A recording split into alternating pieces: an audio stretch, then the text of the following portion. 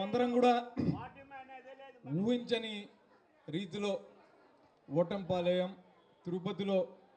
తిరుపతి నియోజకవర్గానికి సంబంధించి ఇతర నియోజకవర్గాలతో మనం పోల్చి చూస్తే ఇక్కడ జరిగినటువంటి అభివృద్ధి కార్యక్రమాలు ఇంకెక్కడా జరగనంత పెద్ద రీతిలో మనం చేసిన ఓటంపాలయం.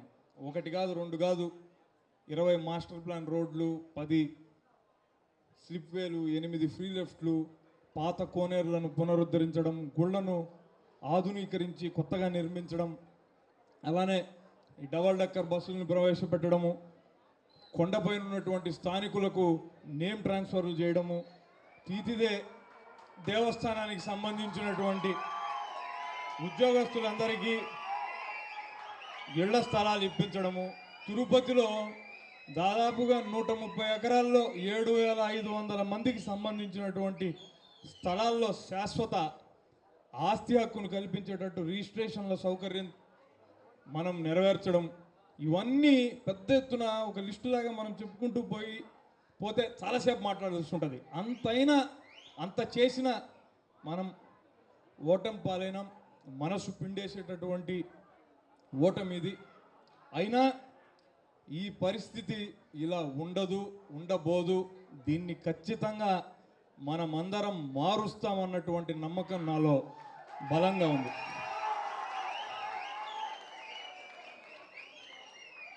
ఎన్నికలు జరిగి 6 నెలలైనా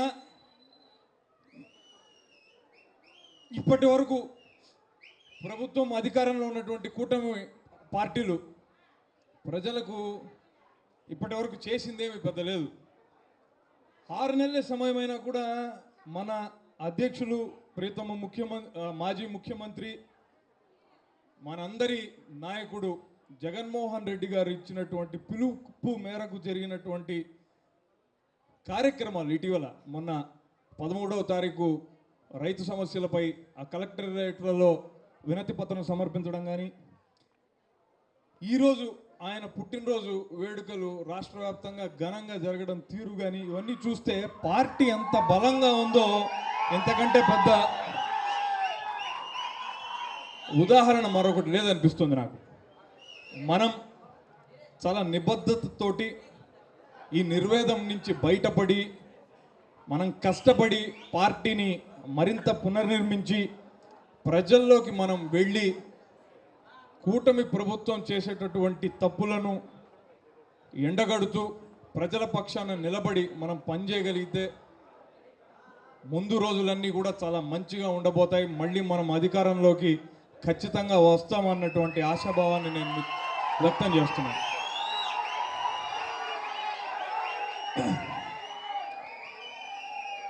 తిరుపతికి సంబంధించే ఈ 6 నెలల్లో ఒక చిన్న ప్రోగ్రెస్ రిపోర్ట్ తీసుకుంటే, ఇప్పుడు మన కేతం రామారావు అన్న బ్యాంక్ చైర్మన్గా ఉన్నారు.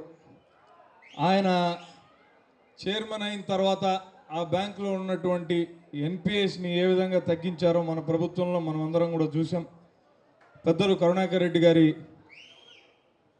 సహకారంతో టీటీడీ నుంచి 50 కోట్ల రూపాయలు డిపాజిట్లు, అంటే ట్రాన్సాక్షన్స్ వగైరాలు జరిగేటటువంటి ప్రక్రియలో భాగంగా మన టౌన్ బ్యాంకుకు వేస్తే వాటిని కూడా తీసేసి ఒక పైశాచిక ఆనందానికి కూటమి ప్రభుత్వం లోనవుతుంది. ఏంటి, ఆ డబ్బేమి మన జోబుల్లోకో ఇంకోళ్ళో దీనికో పోయేది కాదు కదా. ఒక 110 సంవత్సరాల క్రితం కట్టినటువంటి బ్యాంకు, తిరుపతిలో ఉన్నటువంటి ప్రజల అవసరాలను తీర్చేటటువంటి బ్యాంకుని కూడా నాశనం చేసేటటువంటి పనులు చేయడానికి ఏమాత్రం కూడా వెనుకడుగు వేయడం లేదు. కొత్తగా ఒక అభివృద్ధి కార్యక్రమాన్ని ప్రకటించింది లేదు. సెట్టిపల్లిని మనం ఐటీ కేంద్రంగా మార్చాలని అనుకుంటే దాన్ని తుడా చేతికి అప్పగించి ప్లాట్లు వేసి అమ్మేటటువంటి దానికి తీసుకొని వచ్చారు. ఎమ్మెల్యే గారు గెలిచిన వారం రోజుల కల్లా తిరుపతిని నేను ఐటీ కేంద్రంగా తీర్చిదిద్దుతానని అన్నారు. ఐటీ కేంద్రంగా మారేటటువంటి అవకాశము, సౌలభ్యము ఉన్నటువంటి సెట్టిపల్లినేమో పిసికేసి మీరు తిరుపతిని ఐటీ నగరంగా ఎలా మార్చుతారో నాకు అర్థం కావడం లేదు. మరో సోదరి ఇక్కడి నుంచే, మన పార్టీ నుంచే బయటికి పోయి మొన్న ఈ మధ్య మన కౌన్సిల్ సమావేశంలో మా ప్రాంతంలో ఏ పార్టీకి అభివృద్ధి జరగలేదు, కేవలం ఉట్టుట్టి మాటలు చెప్పినారని. మనము 20 రోడ్లు వేసాం, ఇంతవరకే మాట్లాడుకున్నాం. ఒక 14 రోడ్లని ప్రపోజ్ చేశాం. సరే, ఆ 14 రోడ్లను వాళ్ళు ఒక్క రోడ్డు కూడా వేసేటటువంటి పరిస్థితికి వాళ్ళకు లేదు.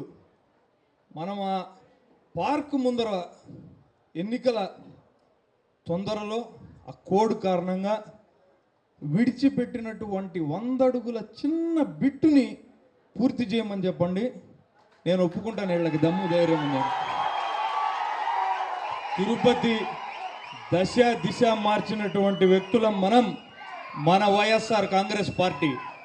రేపు అధికారంలోకి మళ్ళీ మనమే వచ్చి తిరుపతి నగరాన్ని అభివృద్ధి చేస్తామే తప్ప ఈ చేవ తెచ్చినటువంటి వాళ్ళకి ఆ పరిస్థితే లేదన్నటువంటి విషయాన్ని నేను వివరిస్తున్నాను. మొన్న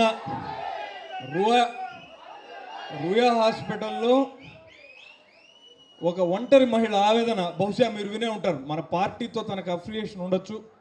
గతంలో రుయా హాస్పిటల్కి సంబంధించినటువంటి షాపుల రెంట్ ప్రాసెస్ ప్రక్రియ అవంతా అస్తవ్యస్తంగా ఉంటే మున్సిపల్ సిబ్బందితో ఒక వేలం నిర్వహించి మినిమం రెంట్ని మనం పెట్టి షాపులు కేటాయించినాం.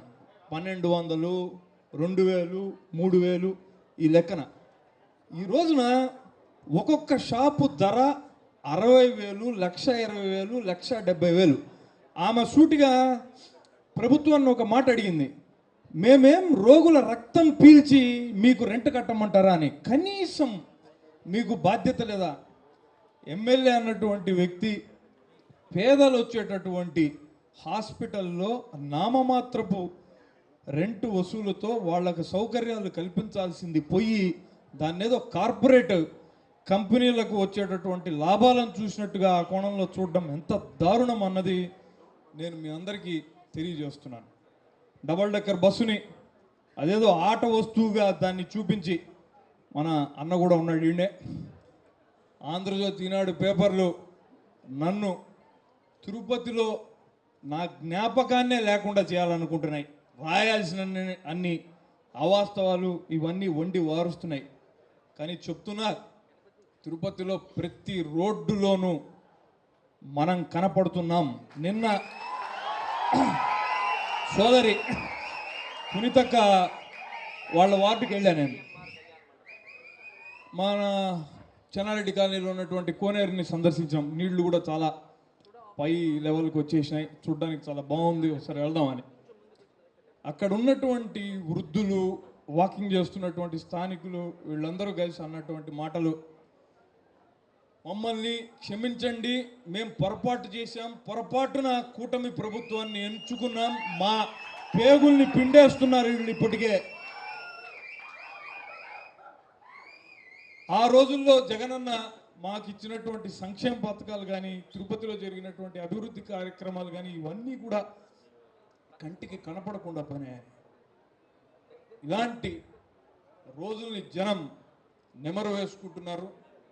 వీటికి చరమగీతం పాడేటటువంటి శక్తి మన నాయకుడు జగన్మోహన్ రెడ్డి గారికి మాత్రమే ఉందన్న విషయాన్ని తెలియజేస్తూ,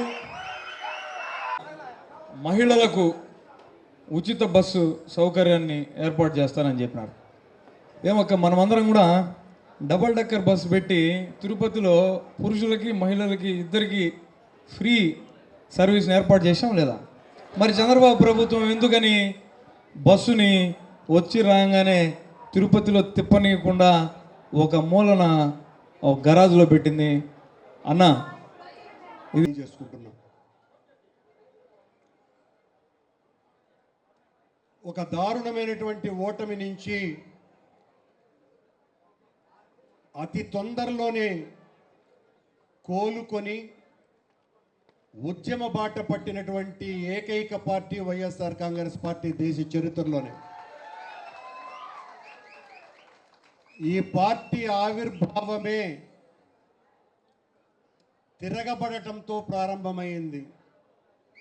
అధికారం కోసమని ప్రారంభింపబడ్డటువంటి పార్టీ కాదిది.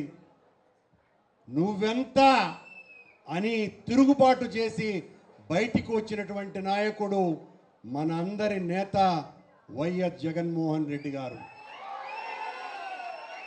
దాని ధైర్యమే, ఈ పార్టీకి ఉన్నటువంటి దమ్మే, గుండె, ఎవ్వరిని లెక్క చేయనటువంటి తనం, దేనినైనా ఎదిరించేటువంటి తత్వం, పోరాటాలకు నిలయంగా తీర్చిదిద్దబడ్డటువంటి ఈ పార్టీలో ఓ కార్యకర్తగా మనగలగటమే మనకు అత్యంత గౌరవమైనటువంటి స్థానం అని నేను మీకు అందరికీ తెలియజేస్తున్నాను. ఓటమి కొద్ది మందిని కుంగదీసింది. ఈ కుంగదీయటంలో పొట్టు పోయింది, చావ మిగిలింది, పొట్టు రాలిపోయింది. అలాంటి పొట్లు వస్తూ ఉంటాయి, పోతూ ఉంటాయి. వీటి గురించి, ఆ సొల్లును గురించి మాట్లాడుకోవాల్సినటువంటి పని లేనే లేదు. ఆ పొట్టు అనుకుంటుంది మేము లేకపోతే పార్టీ లేదు అని. పార్టీని నడుపుతున్నది వైఎస్ జగన్మోహన్ రెడ్డి గారు లాంటి ధీరుడైనటువంటి వాడి శిష్యుడు. ఇక్కడ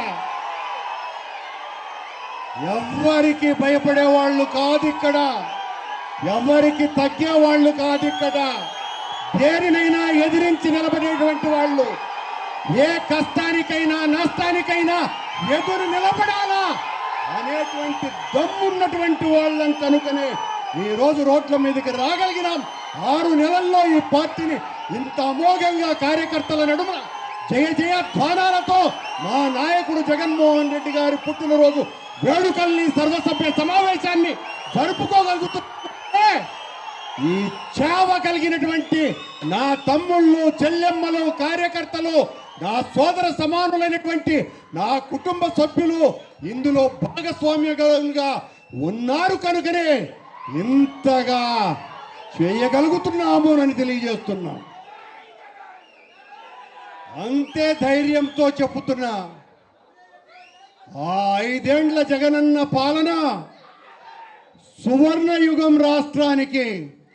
ఈ రోజున జగనన్నను వ్యతిరేకించేటువంటి ప్రసార మాధ్యమాలు, చంద్రబాబు గారి తొత్తులు ఎన్ని రకాలైనటువంటి విమర్శలు చేయవచ్చు కాక 3.5 లక్షల కోట్ల రూపాయలు సామాన్యులకు పంచినటువంటి ఏకైక ప్రభుత్వం ప్రపంచ రాజకీయాలలో ఒక్క జగన్మోహన్ రెడ్డి గారికి మాత్రమే చెల్లింది. అది జగన్మోహన్ రెడ్డి గారికి పేద ప్రజల పట్ల ఉన్నటువంటి ప్రేమ. ప్రేమ లేనటువంటి వాళ్ళు తప్పుడు వాగ్దానాలు చేసినారు, మోసంతో అధికారంలోకి వచ్చినారు. జగన్మోహన్ రెడ్డి ఇచ్చిన దానికంటే దాదాపు 2.5 లక్షల కోట్లు ఎక్కువ ఇస్తాము అని మోసపూరితమైన వాగ్దానాలు చేసి అధికారంలోకి వచ్చినాక ఈ రాష్ట్రంలో ఉన్నటువంటి పేద ప్రజలందరినీ కూడా ఆ అధికార మదంతో తమ బూటు కాళ్లతో తొక్కేటువంటి ప్రయత్నం చేస్తున్నారు. అధికారంలోకి వచ్చిన రోజు నుంచి వైఎస్ఆర్ కాంగ్రెస్ పార్టీ ఇంకా బతకకూడదు, ఈ నాయకులు మిగలకూడదు, ఈ కార్యకర్తలను నులిపేయాలి అని రాష్ట్రం అంతా కూడా దాడులు, హింసాయుతమైనటువంటి సంఘటనలు, ఎన్నో రకాలైనటువంటి హత్య ప్రయత్నాలు, మర్డర్లు, మన కార్యకర్తల్ని కోల్పోవటం కూడా జరిగింది. మనం కానీ కేవలం 6 నెలల్లోనే పార్టీ రోడ్ల మీదకి వచ్చింది, పోరాటాల బాట పట్టింది, ఉద్యమాలు ఊపిరిగా బ్రతికేటువంటి స్థితికి చేరుకున్నది. అంటే ఒక గొప్ప నాయకుడు ఈ పార్టీని నడుపుతున్నాడు, దేనికి భయపడినటువంటి నాయకుడు నడుపుతున్నాడు, ప్రజల పక్షాన నిలబడి పోరాటాలు చేసేటువంటి నాయకుడు నడుపుతున్నాడు. కనుకనే ఈ పార్టీకి ఇంతగా ప్రజాదరణ వచ్చింది. చంద్రబాబు నాయుడు 2019లో ఎన్నికలలో ఓడిపోయిన తర్వాత 3 సంవత్సరాల పాటు రోడ్ల మీద కూడా రాలా. ఆయన చాలా మాటలు చెప్తున్నాడు. అదే జగన్మోహన్ రెడ్డి గారు మరుసటి 15 రోజులలోనే అధికారం కోల్పోయిన 15 రోజుల్లోనే ఢిల్లీ నడి వీధులలో ధర్నా చేసినటువంటి ఘనత జగన్మోహన్ రెడ్డి గారిది. ఓటమి బాధ పెట్టి ఉండవచ్చు, మనల్ని కుంగదీయదు, అలిసిపోనివ్వదు. లీయకుండా పడుకోనివ్వదు. ఈ ఓటమి ప్రతీకారంగా తిరగబడేటువంటి మనస్సు నాయకుడితో సహా ఇక్కడ ఉన్నటువంటి ప్రతి కార్యకర్తకు ఉంది కనుకనే ఈ రోజున వైఎస్ఆర్ కాంగ్రెస్ పార్టీ ఇంతగా జనాదరణలోకి వెళ్ళగలిగింది. మీరు కేసులు పెడతారో మా సోదరి నేను పిలవంగానే వచ్చినటువంటి మా రోజా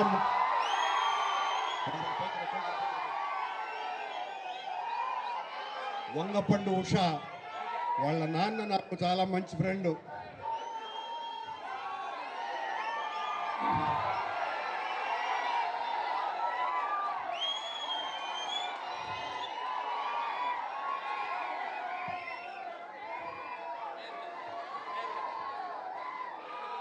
ఇప్పుడు మన సర్వసభ్య సమావేశానికి మరో ఫైర్ బ్రాండ్ రోజా గారు కూడా వచ్చినారు. నాకు వ్యక్తిగతంగా ఎంతో ఆత్మీయురాలు. ఇది మన నాయకుడు మనకిచ్చినటువంటి పోరాట స్ఫూర్తితో పనిచేద్దాం. నాయకుడు నాకిచ్చినటువంటి బాధ్యతని కార్యకర్తల క్షేమం కోసమనే వాడుతాను తప్ప మరింకే ప్రయోజనాల కోసమని వాడనని ఆ దేవుడి సాక్షిగా ప్రమాణం చేస్తున్నాం. ఏదైనా ఎవరి మనస్సునైనా గాయపరిచి ఉంటే, బాధ పెట్టి ఉంటే తిరుపతి నాదిగా ఈ కార్యకర్తలు నాయకులు అందరూ నా తమ్ముళ్ళు అక్క చెల్లెమ్మలుగా భావించేటువంటి నేను 5 సంవత్సరాల కాలంలో మిమ్మల్ని మీ మనస్సును నొప్పి పెట్టి ఉంటే మొత్తం ఈ సభా సాక్షిగా చెప్తున్నా, క్షమించమని కోరుతున్నా. మనకు ఉన్నదే పోరాటం, మనకు కావలసిందే ఉద్యమం. ఆ ఉద్యమ బాటను నడుద్దాం. మళ్ళీ యోధుడు, వీరుడు, వారియర్ అయినటువంటి జగన్మోహన్ రెడ్డి గారిని ముఖ్యమంత్రిని చేయటం కోసం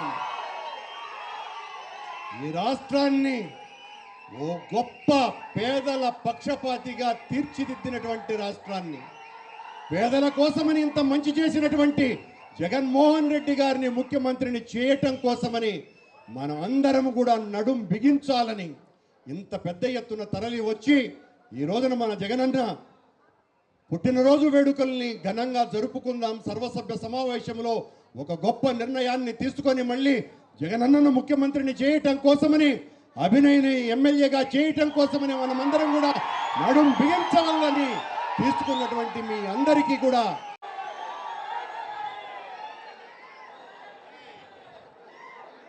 గాయపడిన సింహం శ్వాస గర్జన కన్నా భయంకరంగా ఉంటుందట. అది కరుణాకర్ రెడ్డి గారి మాటల్లో ప్రతిధ్వనిస్తూ మనకు వినపడింది. ఇప్పుడు మన అందరి అభిమాన